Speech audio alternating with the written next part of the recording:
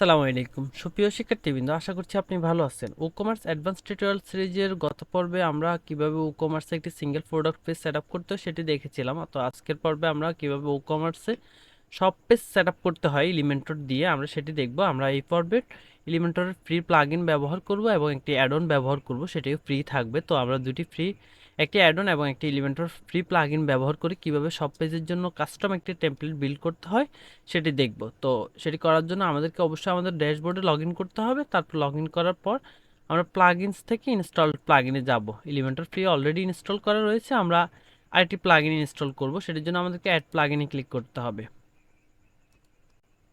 Add plugin থেকে আমাদেরকে shop engine লিখে সার্চ করতে হবে। তো আমরা শপ ইঞ্জিন লিখে সার্চ করেছি এবং এখানে প্লাগইনের লিস্ট থেকে প্রথম যে প্লাগইনটি আসছে ওটি ইনস্টল করব।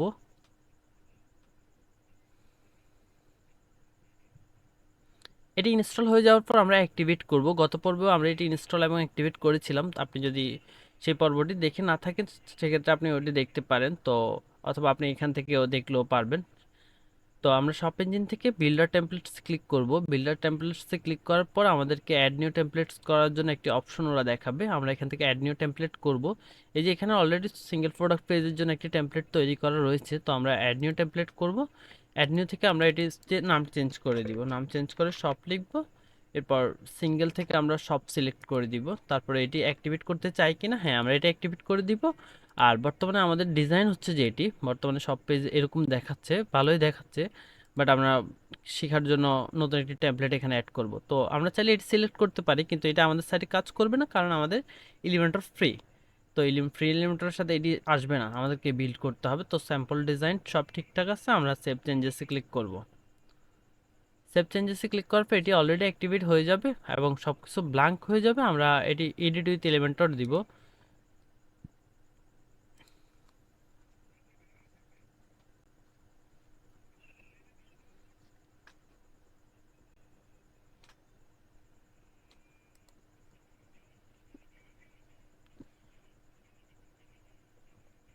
এখন আমরা আমাদের ইচ্ছে মতো যে কোনো একটি সব পেজের জন্য যে কোনো একটি টেমপ্লেট সেখানে অ্যাড করতে পারবো। আমরা প্লাস আইকনে ক্লিক করে প্লাক্স বক্স দিয়ে মনে করেন উপরে প্রথমে আমরা একটি ব্যানার আনবো। আপনি চাইলে আপনার মতো ডিজাইন করতে পারেন। আমি র্যান্ডমলি দেখাচ্ছি যাতে আপনি যাতে কোনো সমস্যায় না পড়েন। তো আমি ইমেজ লিখে সার্চ করব, এখানে ইমেজ ড্রাগ এন্ড ড্রপ করে নিয়ে আসব। তো এরপর এখান থেকে আমরা প্লাস আইকনে ক্লিক করে অথবা ইমেজের উপর ক্লিক করে একটি ব্যানার চুজ করে দিব। আমি টেম্পোরারি একটি ব্যানার ডাউনলোড করে রেখেছিলাম। তো এটি এখন এরকম দেখাচ্ছে, আমরা চাইলে উইথ হাইট চেঞ্জ করতে পারি। তো আমরা এখান থেকে হাইটটা চেঞ্জ করে দিব, সাপোজ 400 পিক্সেল, এবং অবজেক্ট ফিট আমরা কভার দিয়ে দিব। আর ইমেজটার উইথ 100% দিয়ে দিব। দেখতে পাচ্ছেন ইমেজটি বর্তমানে এরকম দেখাচ্ছে। এটির ডানে বামে অনেক স্পেস রয়েছে, আমরা স্পেসগুলো দূর করার চেষ্টা করব। তো এখান থেকে প্লাস আইকন থেকে ডিসপ্লে ফ্ল্যাক্স বক্স কন্টেন্টের উইথ ফুল উইথ, দেন এবার আমরা চেক করে দেখব।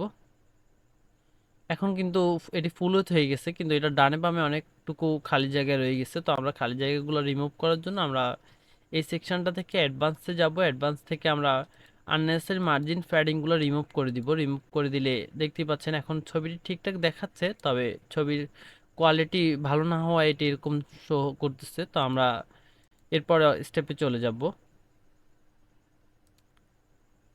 তার আগে আমরা এই ইমেজটা আরেকটু কমিয়ে দেওয়ার চেষ্টা করি যাতে এটি ঠিকঠাকভাবে দেখায়। তো এখন হয়তো বা আগের থেকে বেটার লাগবে।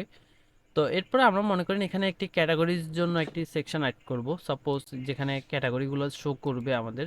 তো আমরা ফ্ল্যাক্স বক্স থেকে প্লাস আইকনে ক্লিক করে যে কোনো একটি সেকশন নিতে পারি।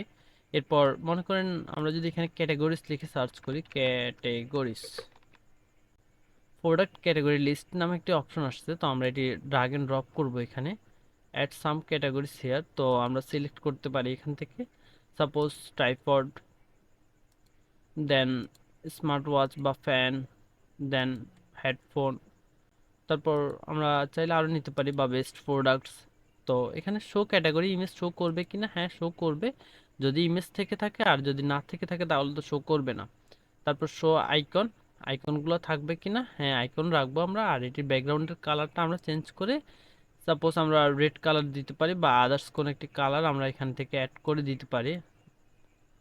ব্ল্যাক কালার এখানে ভালো দেখাবে না।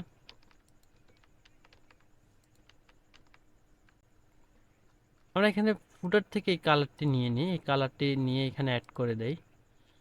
এরপর এখান থেকে কালারটি চেঞ্জ করি, এখন আগের থেকে ভালো দেখাবে। তারপর আমরা টাইটেলে চাইলে প্রোডাক্ট কাউন্ট বা ক্যাটাগরি কাউন্টের যে লেখাটি আছে এটি আমরা চেঞ্জ করতে পারি, চেঞ্জ করে আমরা হোয়াইট দিয়ে দিব।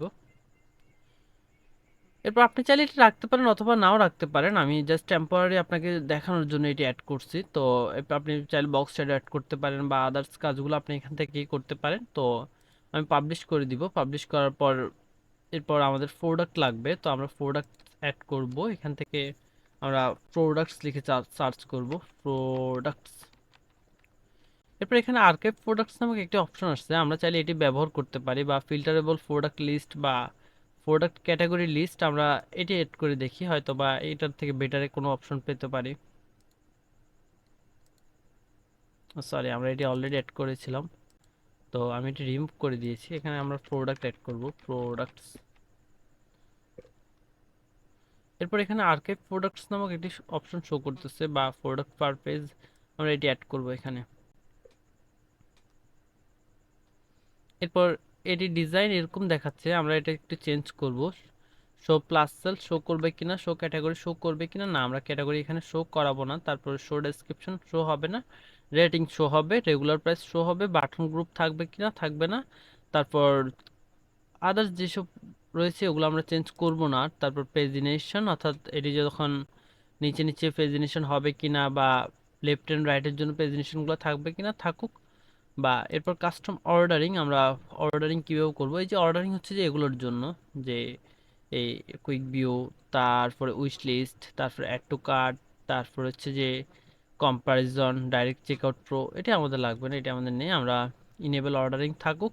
এলিমেন্টরের এই অপশনটিতে কাস্টমাইজ অপশন তেমন নেই বিধায় আমরা এটি ডিলিট করে দিব। আপনি চাইলে এটি সেভ চেঞ্জেস করে রাখতে পারেন বা পাবলিশ দিয়ে রাখতে পারেন। তো আমরা এটি রিমুভ করে আরেকটি উইজেট এখানে অ্যাড করব।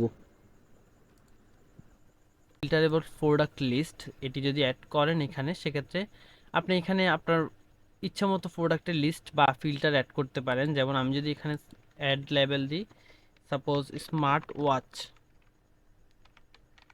তো এখানে একটি অলরেডি একটি ফিল্টার অ্যাড হয়েছে স্মার্ট ওয়াচ নামে। তো আমরা এখানে স্মার্ট ওয়াচের জন্য আলাদা আলাদা করে সার্চ করে করে ওয়াচগুলো অ্যাড করতে পারি, WATCH ওয়াচ, সাপোজ এটি থাকবে এখানে। দেন আমরা চাইলে আরও অ্যাড করতে পারি WATCH ওয়াচ, দেন সাপোজ এটি থাকবে।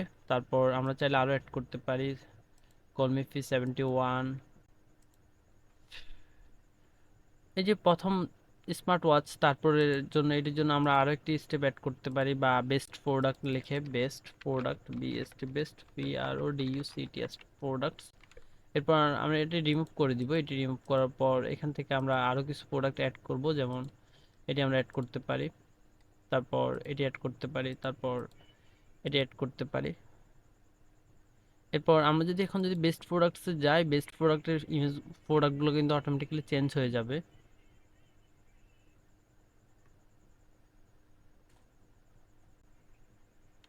এখানে লোড হতে একটু সময় নিচ্ছে, তো আমরা পাবলিশ করে দিব। পাবলিশ করে আমরা লাইভ চেক করব। তো রিলোড দিচ্ছি আমরা ডিজাইনটি। এই যে দেখতেই পাচ্ছেন উপরে ডিজাইনটি ভালো দেখাচ্ছে না, বাট আমরা টিউটোরিয়ালের জন্য এটি অ্যাড করতে পারি। Tripod, fan, Bluetooth headphone, best product. এরপর আপনি চাইলে এখান থেকে ক্যাটাগরি, সরি, ফিল্টার করতে পারেন আপনার প্রোডাক্টগুলো। কিন্তু নিচের এই অপশনগুলো আমাদের অনেক হিবিজিবি মনে হচ্ছে, তো আমরা দেখবো যে কীভাবে এটি আসলে কিছুটা অ্যাডজাস্ট করা যায়। তো আমরা এখান থেকে ক্লিক করে এরপর সেটিংস থেকে ক্লিক করে আমরা প্লাস সেল রিমুভ করে দিব, তারপর শো ক্যাটাগরি রিমুভ করে দিব, রেটিং রিমুভ করে দিব, অফ ট্যাগ পেজ রিমুভ করে দিব, বাটন গ্রুপ রিমুভ করে দিব, শুধু অ্যাড টু কার্ট থাকবে। অথবা তারপর কাস্টম অর্ডারিং আমাদের আর প্রয়োজন নেই, যেহেতু আমরা অ্যাড টু কার্ট রিমুভ করে দিয়েছি। অথবা আমরা চাইলে বাটন গ্রুপ রাখতে পারি এখান থেকে। তারপর জেনারেলে যাই, আমরা এটি নিজের মতো করে অ্যাডজাস্ট করতে পারি, image size, text, product wrap, সব কিছু চেঞ্জ করতে পারবো আমরা। আমি এটা পাবলিশ করে দিব। এরপর আমরা চাইলে এখানে আরেকটি সেকশন রাখতে পারি, এটি আমরা হেডিং দিয়ে স্পেসিফাই করতে পারি। যেমন হেডিং, আমি যদি এখানে একটি হেডিং নিয়ে আসি, এখান থেকে যদি এটি লিখে দিই লেটেস্ট প্রোডাক্ট লিখে আমরা চাইলে একটি সেকশন অ্যাড করতে পারি, latest PRODU set as products. তারপর এটি আমরা সেন্টার করতে পারি, কালার কম্বিনেশন আমরা চেঞ্জ করে আপাতত ব্ল্যাকে রাখতে পারি, আপনি আপনার মতো করে পরবর্তীতে চেঞ্জ করতে পারবেন। তারপর হচ্ছে যে প্লাস আইকনে ক্লিক করে আমরা এখান থেকে ফন্ট ফ্যামিলি চেঞ্জ করার প্রয়োজন নেই, আমরা ফন্টের সাইজটা জাস্ট চেঞ্জ করে দিব। তারপরে আমরা চাইলে এটি আবার ইউজ করতে পারি। তো এটি ইউজ করার জন্য আমরা এখান থেকে ফিল্টারেবল প্রোডাক্ট ক্যাটাগরিটা অ্যাড করে দিতে পারি। অ্যাড করার পর এটি এই যে এখান থেকে আমরা চেঞ্জ করে দিব order by date. Order by date দেওয়ার ফলে এটি হচ্ছে যে লেটেস্ট যে প্রোডাক্টগুলো আসবে আপনার ওয়েবসাইটে সেগুলো এখানে অটোমেটিক্যালি চলে আসবে। তো এরপর আপনার এখান থেকে ডিসেন্ডিং বা অ্যাসেন্ডিং করতে পারেন, যেহেতু আমরা ফিল্টার এখানে রাখতেছি না, এখানে আর ফিল্টার অ্যাড করার প্রয়োজন নেই। আর আপনি প্রোডাক্ট কতগুলো শো করাবেন সেটা আপনি এখান থেকে দেখাতে পারেন। আমরা 3টা প্রোডাক্ট শো করাবো এখানে। তারপর হচ্ছে যে আমরা পাবলিশ করে দিব। পাবলিশ করার পর আমরা আমাদের সব পেজে ফিরে যাব, সব পেজে ফিরে গিয়ে দেখবো যে কীরকম দেখায়। তো এটি হচ্ছে যে আমাদের প্রোডাক্টের ডিজাইন। আমরা এখান থেকে কলাম 4টা করে দিব, আবার এখানেও কলাম 4টা করে দিব যাতে এটি ডিজাইনটা একটু ইমপ্রুভ হয়। তো আমরা এখান থেকে কলাম 4টা করে দিব।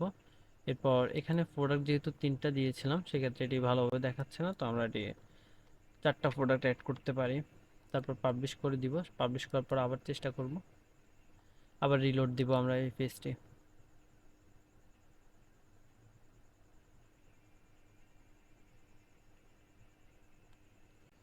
এখানে আমাদের উপরে প্রোডাক্ট কতগুলো দেখাবে এটা আমরা সিলেক্ট করে নেই, তো আমরা এটি সিলেক্ট করে দিব। করার পরে কলামসে 4টা প্রোডাক্ট অলরেডি অ্যাড করা আছে বা প্রোডাক্ট পার পেজ 6টি দেখাবে। তো এখানে আমরা আরেকটি প্রোডাক্ট অ্যাড করে দেই যাতে আপনি বিষয়টি ক্লিয়ার হয়ে যান।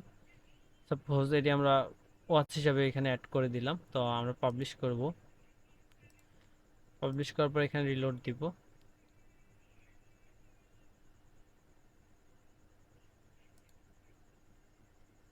তো দেখতে পাচ্ছেন এটি আসলে এইভাবে কাজ করতেছে। এখন আপনি যদি আপনার ইচ্ছে মতো যদি অ্যাডজাস্ট করে নেন, কালার কম্বিনেশন, ফন্ট সাইজ সবকিছু যদি অ্যাডজাস্ট করেন, এটি ডিজাইনটা সম্পূর্ণ কিন্তু চেঞ্জ হয়ে যাবে। এরপর আপনি চাইলে এগুলো নিজের মতো করে চেঞ্জ করতে পারেন। ইমেজ, সেম সাইজের ইমেজ যদি আপনি ব্যবহার করে থাকেন তাহলে কিন্তু ডিজাইনটা টোটালি ইমপ্রুভ হয়ে যাবে।